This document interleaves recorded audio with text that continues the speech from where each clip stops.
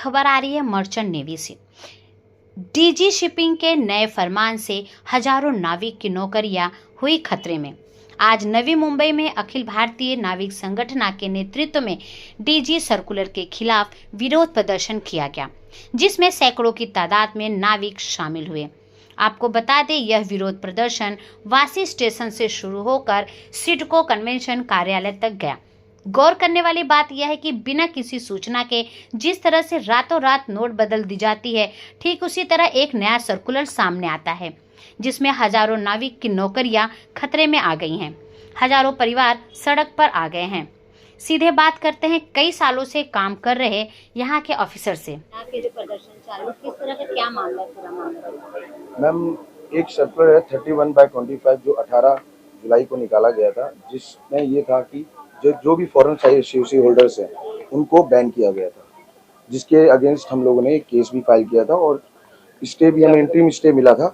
But फिर भी डीजीसीबी ने एक एरेंडम निकाला, डीजीएस ऑर्डर 8/25, जिसके बिहाफ पे हमें वेरिफिकेशन डॉक्यूमेंट को वेरिफिकेशन कराना पड़ेगा, एफिडेविट जमा करना पड़ेगा, और उससे हमारे लोगों को इतना इफेक्ट हो रहा है कि लोग ज्वाइन नहीं कर पा रहे हैं। और 40,000 लोग और उनकी फैमिलियां जो इफेक्ट हो रही हैं, उनको जॉब नहीं मिल रहा, उनके घर की जो कंडीशंस हैं, उनकी लाइबिलिटीज कौन फुलफिल करेगा।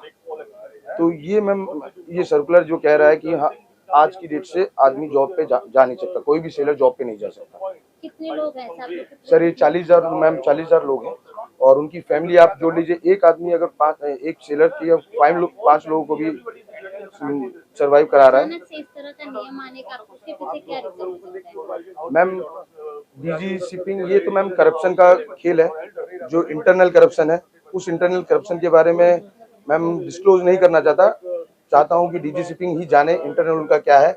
हमारे पास कुछ एविडेंसेस भी है, अगर भविष्य में इस सर्कुलर को और हमारी मांगे पूरी नहीं की गई तो वो भी डिस्क्लोज किया जाएगा। आप लोग ने इसकी शिकायत कहीं की है क्या? मैम, ऑनलाइन की, मंत्रालय में की, हाई कोर्ट में की, बाकायदा सब जगह से कर रहे हैं। और जंतर मंतर में हमने दिल्ली पे धरना भी किया था और हाई कोर्ट में केस भी लगाया। और आज हम लोग सिडको में, वासी में जा रहे हैं, जहां कन्वेंशन और एमएलसी की मीटिंग है, वहां पे हम लोग जा रहे हैं, इसको दिखाने के लिए कि साहब इतने लोग बेघर हो रहे हैं, उसका रिस्पॉन्सिबिलिटी कौन लेगा। एक फ्रेंड है जिसका, एक सेलर है जिसकी माँ भी यहाँ पर आई हुई है, उनको कैंसर है, उनकी जवाबदारी कौन लेगा।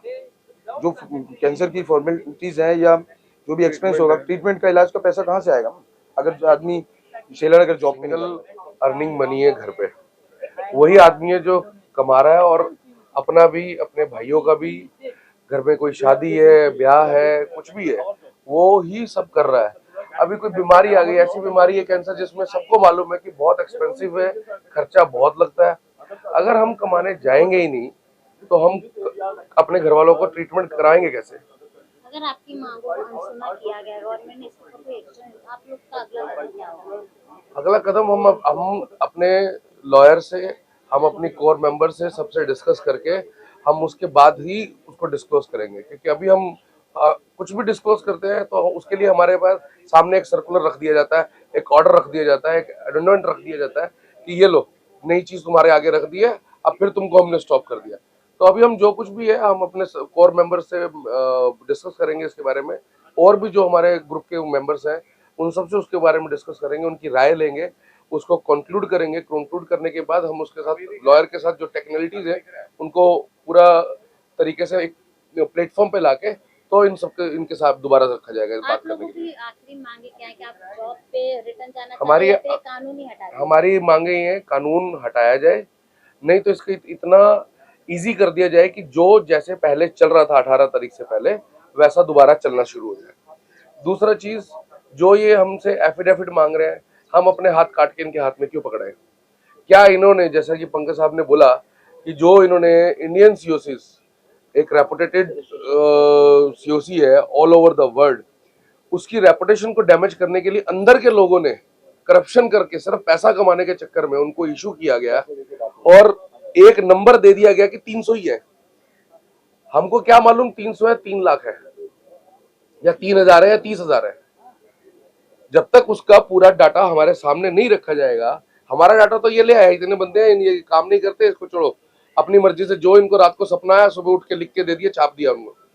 अगर DG shipping, government of India या कोई भी इसके जो रिलेटेड में है, वो इसी हिसाब से चलते हैं। तो हम तो पहले भी अंधेरे में थे क्योंकि हमारे लिए कुछ कर नहीं रहे थे, ना हमारे को जॉब दे रहे थे। अब ये हमारे जॉब खोसने का भी काम कर दिया। इन्होंने जॉब जिहाद का काम किया, क्योंकि उसको ये नाम मैं क्यों देना चाह रहा हूँ, क्योंकि इन्होंने हमसे जॉब खोस के हमारी पड़ोसी कंट्री को दिया, जहां पे कि हमारा पहले से गवर्नमेंट ऑपरेशन संदूर चला के बैठी हुई है। बांग्लादेश के साथ इनका पहले से कोई ट्रीटी नहीं है, वहां पे हमारे सब लोगों का शोषण भी कर रहे हैं। और दूसरी बात, सरकार भी नहीं है वहां पे, कोई ऐसी स्थायी सरकार नहीं है।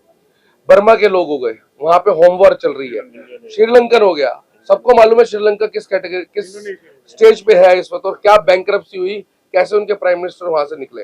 अगर जॉब हमारी खींच के उन्हीं लोगों को देनी थी, तो हमको जब हमने फर्स्ट टाइम जब आपके सामने अपने डॉक्यूमेंट रखे थे, तभी आप बोल देते कि ये गलत है या ये इसमें मेरे को ये डॉक्यूमेंट एक्स्ट्रा चाहिए, तो हम उसको उसी वक्त करेक्ट कर लेते, या उसको हम आगे उसके लिए क्या करना था हम एक योजना बना सकते थे। बट आज जो आदमी 10-10 साल, 15-15 साल, 20-20 साल से रैंक पे काम कर रहा है, वो master, chief engineer, second engineer, chief officer के रैंक पे, वो आदमी को आप बोलोगे नहीं आज आपको हम क्लर्क के लायक भी नहीं छोड़ रहे हैं, वो क्या करेगा? पहले से संभावना थी कि ऐसा कुछ होने हमें कभी संभावना नहीं थी। अगर कोई ऐसी संभावना होती तो हम बात करते, जैसे कि मैंने पहले भी कहा और भी हमारे मेंबरन ने कहा कि स्टेक होल्डर से इन्होंने किसी से बात ही नहीं की। अगर ये स्टेक होल्डर से बात करते, आरपीएसएल कंपनियों से बात करते, आप बेलापुर चले जाइए, 185, 185 और 187 आरपीएसएल कंपनी है, and I am damn sure उसमें 95% जो काम कर रहे हैं वो एफओसीसी सीओसी वाले काम कर रहे हैं, जो उनका बिजनेस बंद कर दिया।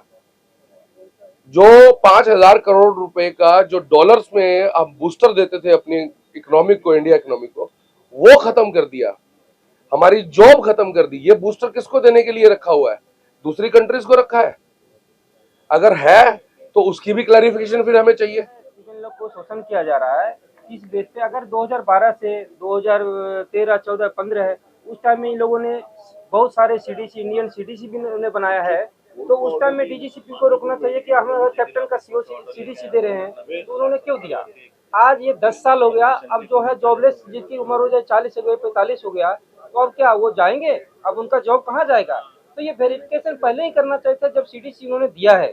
अब सीडीसी सबको दे करके सीओसी दिलवाने के बाद अब ये आए हैं कि हम उसको जो है नहीं जाने देंगे एज ए कैप्टन, कोई भी चीफ ऑफिसर जो भी रैंक है, तो इसको अब तो कैप्टन सब ऑलरेडी बन चुके हैं। और हमें जहां तक है कि इंडियन सीओसी वाले जितने भी हैं, उससे कम एक्सपीरियंस किसी के पास नहीं। मैंने जो देखा हूं, मैंने भी, मेरा 17 साल का एक्सपीरियंस है, जो मैंने देखा हूं कि इंडियन सीओसी वाले भी हैं, लेकिन उससे ज्यादा एक्सपीरियंस है प्रैक्टिकली जो है हमारे कैप्टन, हमारे चीफ इंजीनियर, हमारे चीफ ऑफिसर सारे हैं, जिसको कि इन लोगों ने एक्सपीरियंस प्रॉपर लिया है। हमारे इंडियन सीओसी वाले हैं थ्योरी में जो भी हो, लेकिन प्रैक्टिकली में अगर इंडियन एमओटी जितने भी हैं, अगर हमें जो नए नए जितने भी हैं, हमारे 100 सीओसी भी उससे ज्यादा एक्सपीरियंस है।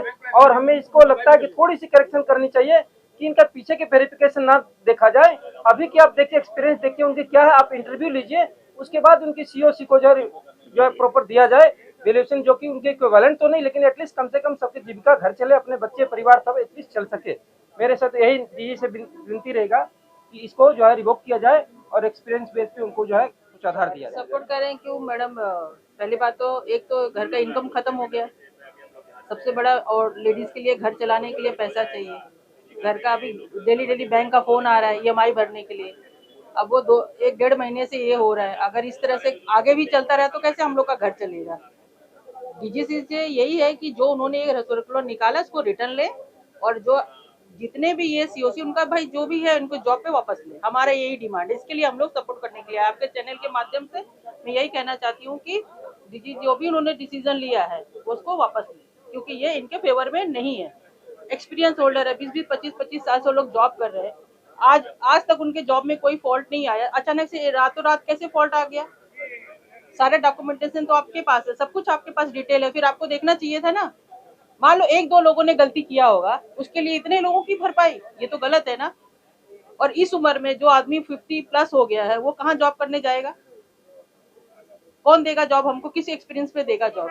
तो हमारा घर कैसे चलेगा? हमारे घर को चलाने के लिए इनके नौकरी पे वापस जाना जरूरी है, वो उनको अपना लेना पड़ेगा। रेट जो उन्होंने रिवोक डाला है वो वापस। मैम डिप्रेशन में आके किसी चीज के फाइनेंशियल डिप्रेशन बच्चा आ गया, कोई भी बंदा, बड़ा हो या बच्चा हो कोई भी, और उसने सुसाइड कर लिया, तो डीजी शिपिंग क्या है उसके लिए जवाबदार होगा? उसके परिवार को पालेगा? और अगर इन्होंने सर्कुलर वापस नहीं लिया तो मैं डीजी शिपिंग के सामने मैं ऐलान कर रहा हूं, मैं दाह संस्कार करूंगा अपना, फिर देखेंगे क्या होता है। और ये होंगे केस, अगर इन्होंने जल्दी ये सर्कुलर वापस नहीं लिए ये काम होंगे, तो डीजी शिपिंग को सर्कुलर वापस ले लेना चाहिए। Global seizers union of India, जो हमारे साथ जो पंकज एंड टीम है, मैं आप लोगों को बोलना चाहूँगा कि ये सर्कुलर के लिए हम लोग कोर्ट में गए हैं, क्योंकि अगर हम लोग कुछ भी अगर गलत करना होता तो हम लोग कोर्ट में नहीं जाते, क्योंकि हमें न्याय प्रणाली के ऊपर पूरी ये भरोसा है कि हम लोग के फेवर में वो लोग डिसीजन देंगे। और उसके लिए उन्होंने 1 अगस्त को हम लोगों के फेवर में डिसीजन भी दिया और एक ऑर्डर निकाला कि इनका डीजी शिपिंग में कोई भी इंटरफेरेंस नहीं है। बट डीजी शिपिंग इतनी ज्यादा एरोगेंट है कि ये डिसीजन होने के बावजूद सेम 1 तारीख को वो ऑर्डर नंबर 8 निकालती है और 5 तारीख को फिर से अडेंडम निकालती है, और 5 तारीख की शाम को 7:39 पे जबकि ऑर्डर जब अपलोड होता है तो उसके बाद ये डिलीट भी नहीं करती है। तो आप लोग के चैनल के माध्यम से ये मैं जरूर बोलना चाहूंगा कि न्याय व्यवस्था के ऊपर कोई भी नहीं है। अगर डीजी शिपिंग ने न्याय ऊपर जाने की कोशिश की तो हम लोग डीजी शिपिंग के ऑफिस में भी जाके तोड़फोड़ कर सकते हैं और उसका पूरा खामियाजा केवल डीजी शिपिंग को भुगतना पड़ेगा। जय हिंद, जय नाविक। आप देख सकते हैं इस विरोध प्रदर्शन में नाविक के परिवार वाले भी शामिल हैं। इस विरोध प्रदर्शन से उनकी मांगे है कि सर्कुलर को वापस लिया जाए और उन सभी को फिर से नौकरियों पर बुलाया जाए। अब तो यह आने वाला वक्त ही बताएगा कि अचानक से आए इस बदलाव में नए सर्कुलर कहां तक सही है और इसे कब वापस लिया जाता है। ब्यूरो रिपोर्ट, रियल खबरें। काला कानून वापस लो, डीजी शिपिंग काला कानून वापस लो, डीजी शिपिंग